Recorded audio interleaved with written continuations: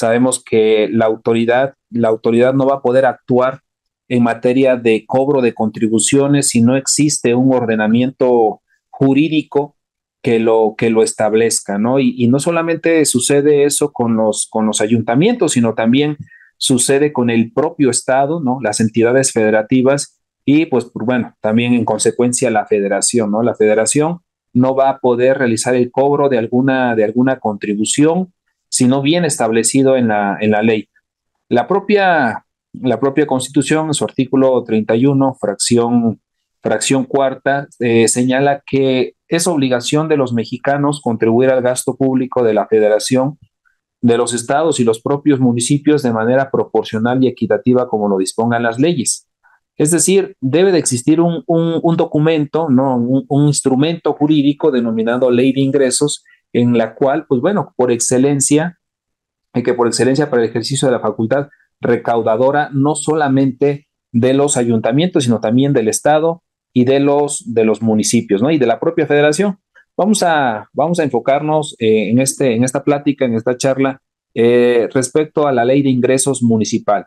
La ley de ingresos municipal, en primer lugar, vamos a ver las etapas, cómo se construye esta ley de ingresos municipal, cómo logramos que este instrumento jurídico pueda llegar a ser, pues como tal, ¿no? Ya operable en la materia una vez que inicia el ejercicio fiscal.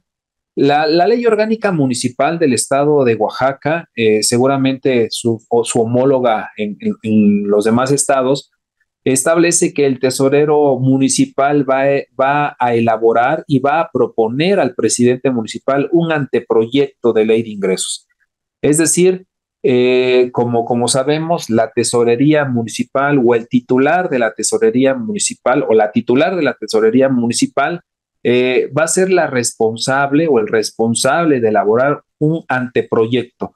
Es decir, en las tesorerías, pues bueno, tienen toda una estructura orgánica dentro de la tesorería y en esta tesorería el área importante o el área que se va a encargar de este anteproyecto o quien va a participar, pues seguramente va a ser la dirección de ingresos, la dirección de recaudación, la denominación que se le dé y pues por supuesto, ¿no? La dirección de contabilidad, quien es, o el área de contabilidad, quienes son los encargados de manejar o que tienen el control, el registro de todas las entradas de contribuciones y con todos estos elementos se va a poder construir este anteproyecto de ley de ingresos.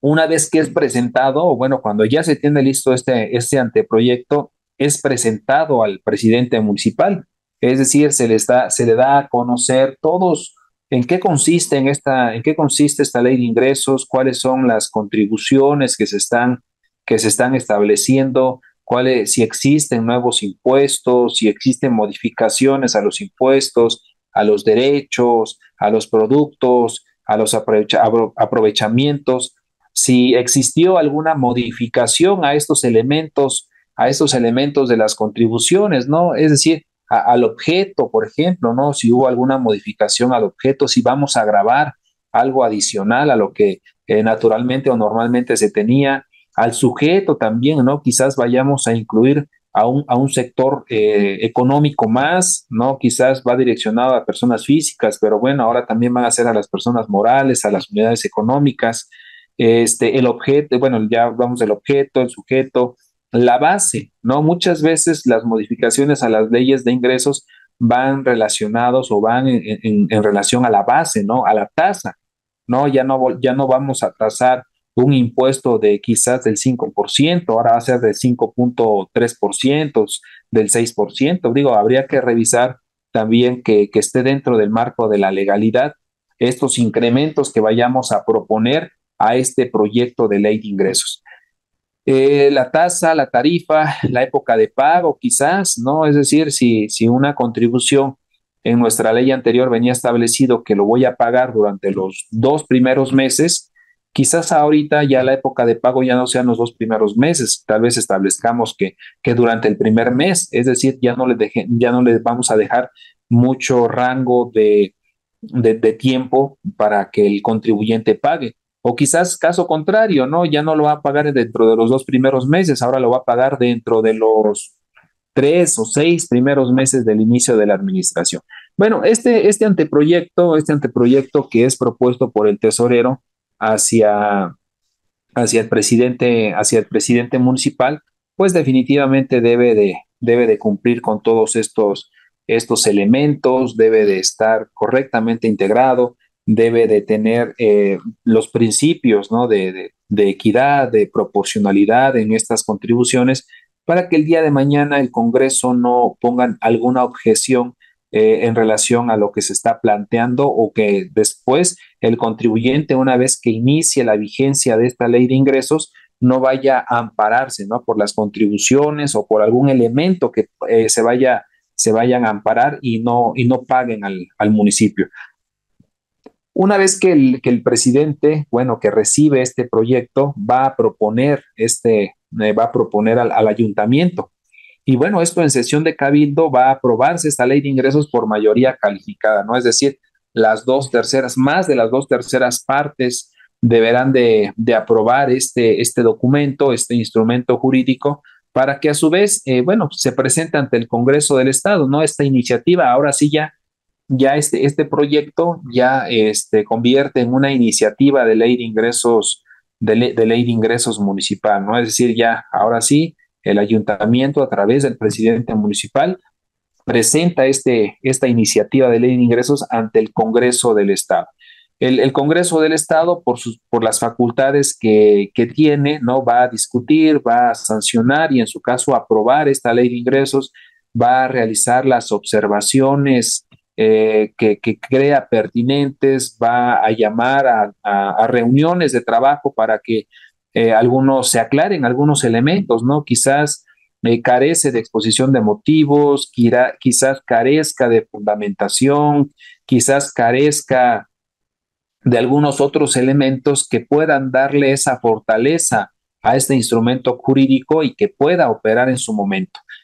Una vez que el Congreso aprueba esta ley de ingresos a través de las comisiones que crea convenientes, en este caso el Congreso del Estado de Oaxaca lo realiza a través de su Comisión de Hacienda. Esta Comisión de Hacienda y Presupuesto son los legisladores que se encargan de revisar estas leyes a través de sus asesores. Y pues bueno, una vez que ya lo aprueben, ¿no? Que ya le den el visto bueno, que ya hayan rayado, que ya hayan tachado ahí algunas cosas o aclarado también, el Congreso va a remitir el Congreso del Estado, remite al Ejecutivo remite al Ejecutivo para que posteriormente pueda ser publicado esta ley en el periódico oficial. No, es decir, en el caso de estas leyes, pues bueno, para que puedan ser, para que puedan tener esa vigencia, ese inicio de vigencia, pues tiene que publicarse en el periódico oficial, ¿no? Para que tenga esa validez. Y pues bueno, una vez que esté publicado en el periódico oficial del Ejecutivo, ¿no? Del Ejecutivo Estatal, ahora sí, ya podrá la ciudadanía consultar esta ley de ingresos a través de todos los medios que crea que el ayuntamiento ponga a su disposición, ¿no? Desde la página de la Secretaría de Finanzas, en el portal del Consejo Estatal de Administración Contable, lo puede realizar en su página oficial, el ayuntamiento, en la parte de transparencia, o incluso, ¿no? a los órganos de transparencia locales e incluso federales. Es decir, el ciudadano va a tener acceso a esta ley de ingresos a través de todos los medios, ¿no? Entonces, incluso, ¿no? Puede el ayuntamiento, una vez que sea publicado en el periódico oficial, lo puede publicar propiamente en su Gaceta Municipal, ¿no? Lo publica en su Gaceta Municipal, y ya teniendo esta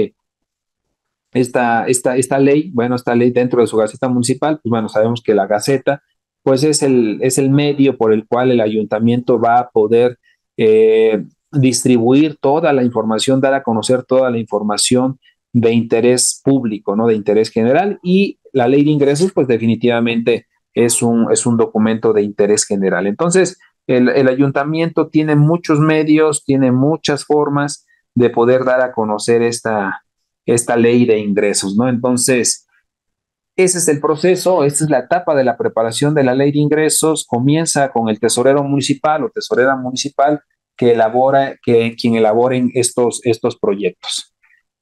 Bien, ¿cuáles van a ser los tipos de ingresos que van a poder los ayuntamientos grabar? Definitivamente hay impuestos o hay contribuciones que son facultad propiamente de la federación, hay contribuciones que son facultades de los estados y hay contribuciones que son facultades de los municipios, ¿no? Es decir, en el caso de los municipios, ¿no? Los impuestos, los derechos, los productos, los aprovechamientos, las contribuciones de mejora, las participaciones, las aportaciones, los convenios, los empréstitos, en fin. El municipio tiene diferentes tipos de ingresos o puede acceder a diferentes tipos de ingresos. Hablando de los recursos fiscales, tenemos a los impuestos.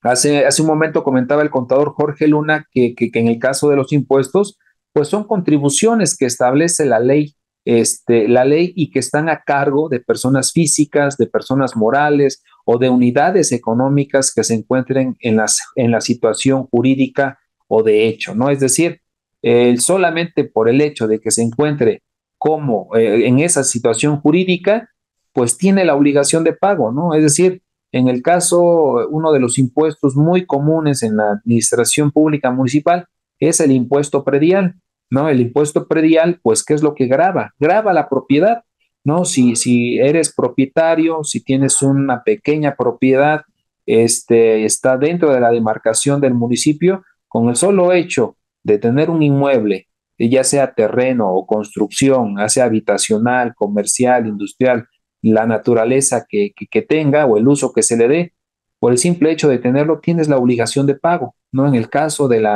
esto en materia inmobiliaria. Ahora, en el caso, otro de los impuestos muy comunes es el traslado de dominio. Cuando se realiza una compraventa, cuando se realiza el cambio de propietario de un bien, tenemos que contribuir y pagar el traslado de dominio, ¿no? La traslación de dominio que es muy común y que, pues bueno, se graba sobre la base catastral, el valor del inmueble, y pues bueno, hay que pagarlo de manera inmediata porque si no, pues ya vienen las actualizaciones, vienen los recargos, vienen las multas, ¿no? Que se tienen que pagar por no haber cubierto de manera oportuna esta contribución, ¿no? Este impuesto, ¿no? Denominado traslación de dominio. Y bueno, también otro de los impuestos muy comunes es el impuesto sobre espectáculos, ¿no? Es decir, algunos municipios, caso de Oaxaca de Juárez, por ejemplo, dentro de la demarcación se tiene al Auditorio Guelaguetza. Es decir, todos los eventos, los conciertos, los actos sociales que se llevan a cabo, culturales, se va a pagar se paga un porcentaje, se paga una tasa, ¿no? De esta contribución que me parece que es del 5% que se viene cubriendo sobre la venta del boletaje, ¿no? Entonces, por el solo hecho de tener un evento, ya estamos realizando el pago de un impuesto. Estos en relación a los impuestos son los más comunes, son los más recurrentes en la administración pública. Y pues bueno, otra de las contribuciones igual muy comunes son los derechos, ¿no? ¿Y qué consisten los derechos? Platicaba hace un momento el contador Jorge Luna que los derechos pues son contribuciones, ¿no? Que se establecen en la ley a cargo también de personas físicas, personas morales o unidades económicas que reciban servicios que presta el municipio, ¿no? Es decir, por el servicio de panteón vamos a pagar un derecho de inhumación, ¿no? O un derecho de exhumación, o un derecho por la reparación o construcción de una lápida, ¿no? En el caso, por ejemplo, uno de los servicios más requeridos por los ciudadanos, pues es el servicio de recolección de basura.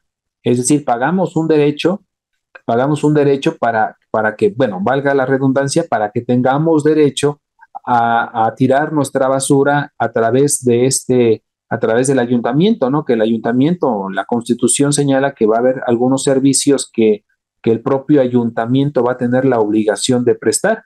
Y uno de esos, pues bueno, definitivamente es el pago bueno, es la recolección de basura, ¿no? Eso es definitivamente lo que tiene este, que tiene que cubrir.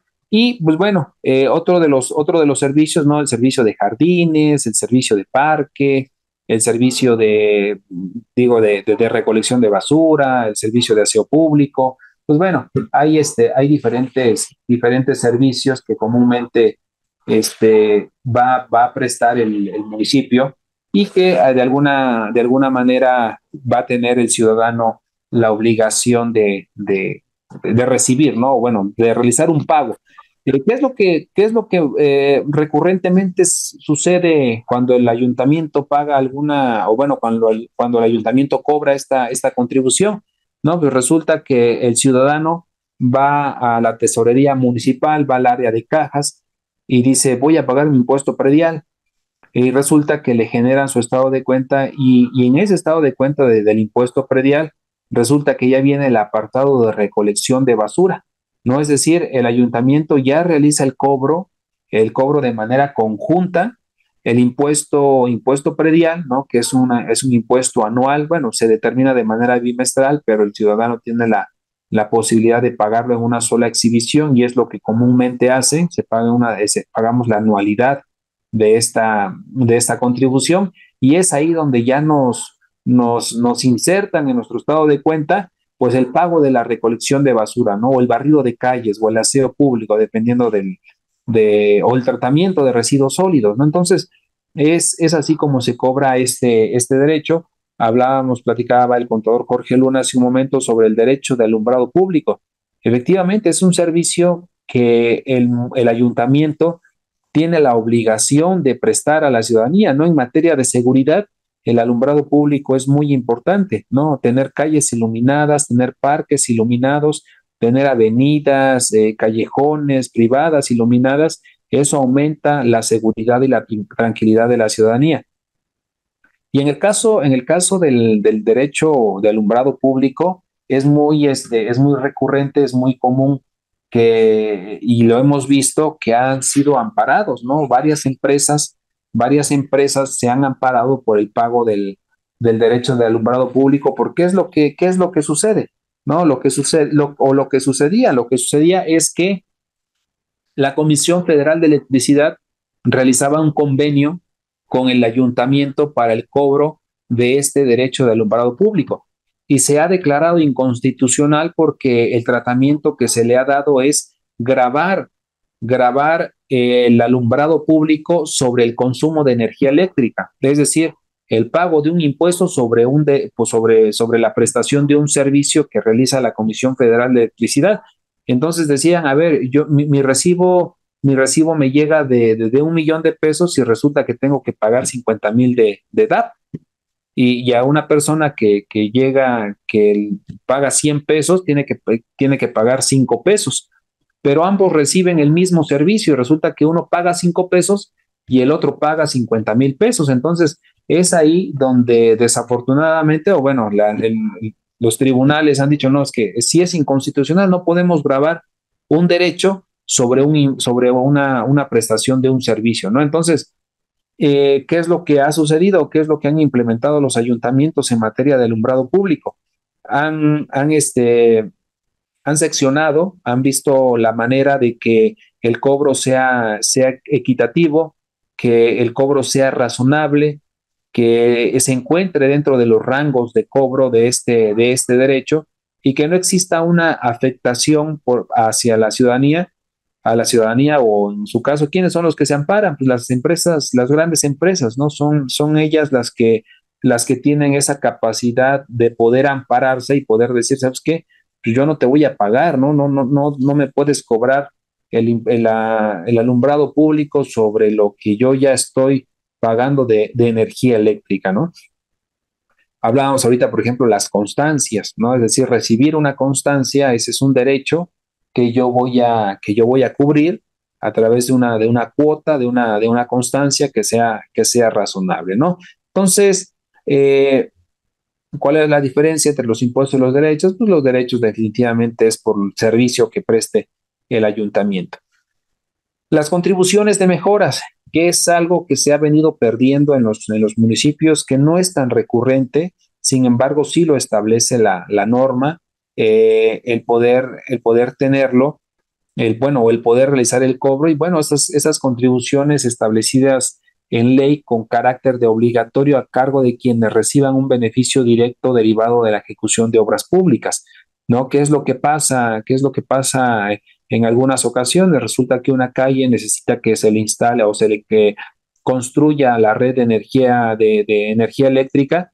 Sin embargo, se realiza un convenio, no todos los ciudadanos realizan un convenio con el municipio y dicen, a ver, nosotros aportamos, la obra cuesta 1 millón de pesos, nosotros aportamos 100,000, ¿no? O 200,000 pesos. Ahí estamos hablando de una contribución, ¿no? Una contribución de mejora, de la ciudadanía, ¿no? ¿Qué es lo que, por lo regular, en dónde se da, dónde es lo más común que se da? Pues en la colocación, en la construcción de banquetas, ¿no? O guarniciones. El ayuntamiento dice, a ver, yo construyo la calle, coloco la guarnición, pero pues la banqueta, encárguense ustedes, ¿no? Entonces, ¿qué es lo que pasa ahí? Ah, bueno, el ciudadano contribuye, por eso le denomina contribuciones de mejoras, o sea, contribuye para mejorar ese servicio, mejorar la obra que ya se está construyendo, se está considerando.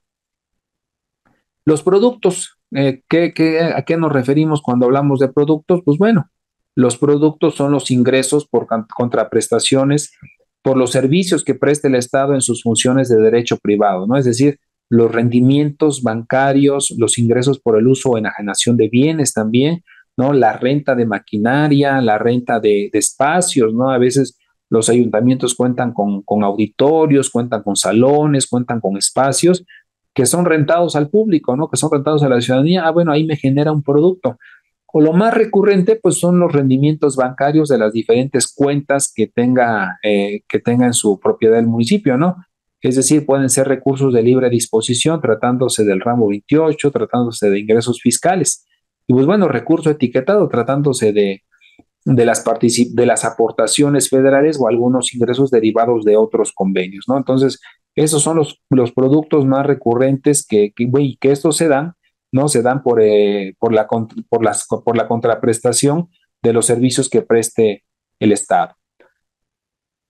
Bien, los aprovechamientos, ¿no? Nadie quisiera, preferimos pagar impuestos, pero no tener que pagar un aprovechamiento, ¿no? Y cómo se le denominan a los aprovechamientos son ingresos que percibe el Estado por funciones de derecho público, ¿no? Es decir, pues algún donativo, ¿no?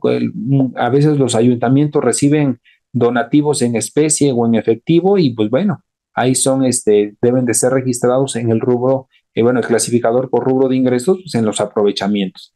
Las indemnizaciones también, ¿no? Las multas o las multas administrativas, ¿no? Es decir, alguna falta administrativa en materia de tránsito, ¿no? Y vialidad.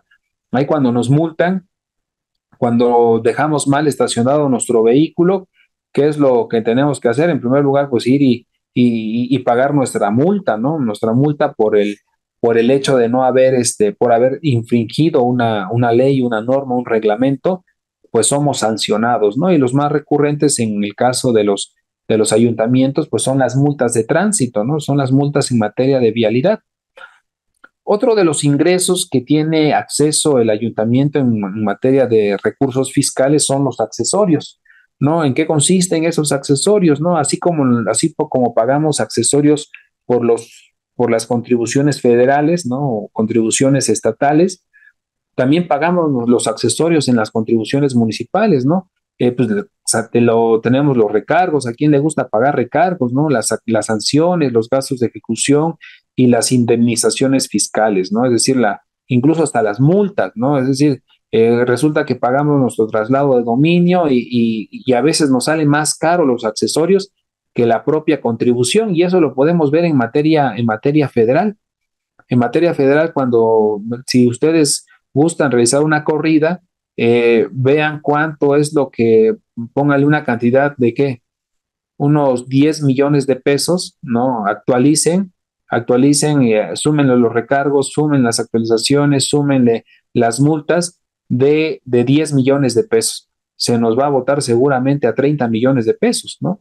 ¿Por qué? Porque los accesorios también forman parte de los ingresos del Estado, ¿no? Que el Estado tiene esa potestad de poder de cobrar, y pues en el caso de los ayuntamientos también. Las participaciones federales, ¿no? Las participaciones federales, estamos hablando de los ingresos que reciben las entidades federativas y los municipios a través de las entidades federativas que se derivan de la adhesión al Sistema Nacional de Coordinación Fiscal, ¿no? Es decir, existe una adhesión en el sistema de nacional a nivel, es decir, todos los estados están adheridos a este sistema en donde, ¿qué es lo que establece?